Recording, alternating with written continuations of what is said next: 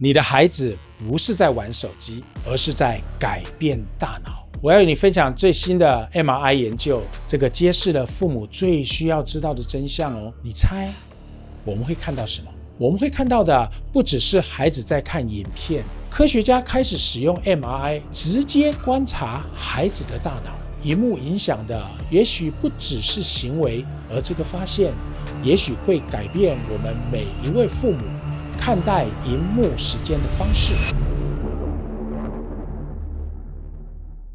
亲爱的朋友你好，今天跟你谈的主题是你的孩子不是在玩手机，而是在改变大脑。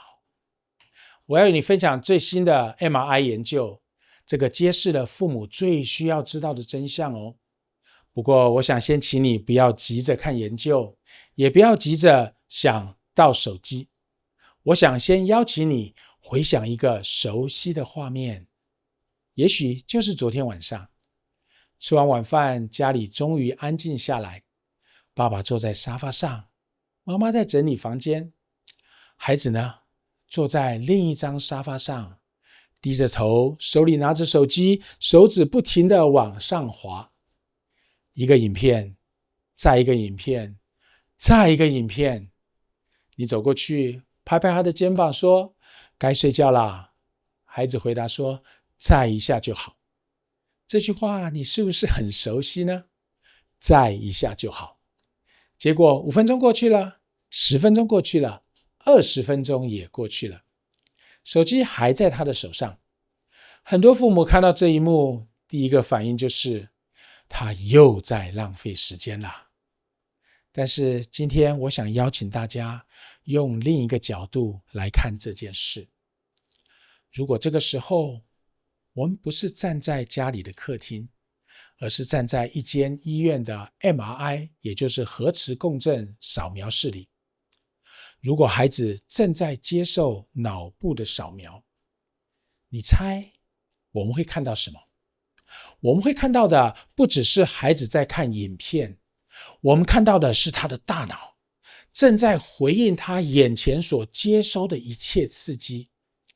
换句话说，孩子不是只是在玩手机，他的大脑正在被每天的生活慢慢塑造。我记得有一次，一位父亲很认真地问我，罗牧师，我儿子每天大概看2个小时的手机，这样子算很多吗？我没有立刻回答，我反而问他一个问题，我说，如果你的孩子每天花2个小时学钢琴，你觉得10年以后他会变成怎样呢？他笑着说，那钢琴一定弹得很好。我又问，如果每天打2个小时的篮球呢？他说，那球技一定很不错。最后我问了第3个问题，如果每天2个小时都是短视频、社群媒体快速切换的画面，你觉得10年以后大脑会完全没有改变吗？这一次他没有立刻回答，因为他知道答案。其实我们每一个人都知道答案，每天重复做的事情一定会塑造我们。问题只是我们很少把这个问题应用在孩子的大脑上。圣经其实很早就告诉我们这个原则。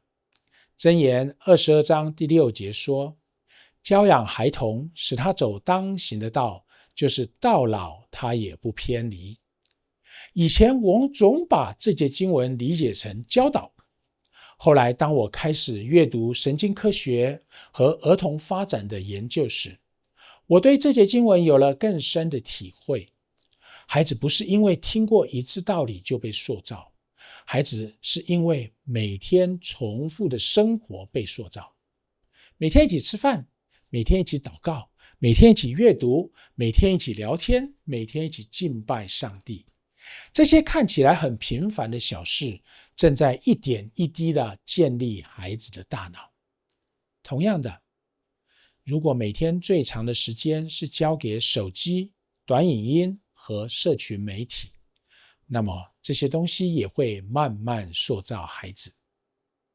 神创造的大脑非常奇妙，它不是一块已经完成的石头，它更像一座正在建造中的城市，每天都有新的道路被铺设，常常使用的道路会越来越宽，很少使用的道路会慢慢消失。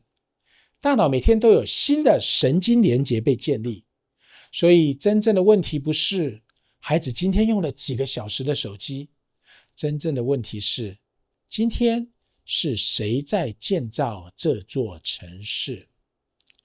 也许有人会说，可是现在每个孩子都用手机啊。是的，这是真的。我并不是要妖魔化科技，我自己也用手机，也使用电脑和 AI。科技本身不是敌人，真正需要注意的是，我们有没有让科技取代了那些原本最能塑造孩子生命的东西？如果一个孩子每天花很多时间阅读、和父母聊天、运动、服侍、敬拜，科技只是其中一小部分，那么科技只是工具。但是如果萤幕开始取代阅读，取代亲子对话，取代户外的探索，甚至取代安静思想和亲近神的时间，那么它就不只是工具了，它开始成为塑造孩子生命的重要力量。过去这些年，世界各地的研究人员开始问一个问题：这些大脑的改变，我们可以看见吗？以前研究只能问家长，你的孩子一天看多久手机，然后再到学校请老师评估这个孩子专不专心。可是现在不同了，科学家开始使用 MRI， 直接观察孩子的大脑，不是猜测，不是凭感觉，而是真正去看大脑里到底发生了什么。这些研究的结果让许多的神经科学家都开始重新思考一件事情：萤幕影响的也许不只是行为，而是大脑发展的本身。接下来我要和大家分享3项非常重要的 MRI 的研究。第一项研究观察3到5岁的幼儿，第二项研究是目前全世界最大的青少年脑部研究之一，第3项是今年最新发表的研究成果。有趣的是，这3项研究来自不同的团队、不同的年代、不同的年龄层，但最后却都指向同一个方向。而这个发现也许会改变我们每一位父母看待萤幕时间的方式。下一次我会与你分享这3篇研究的发现。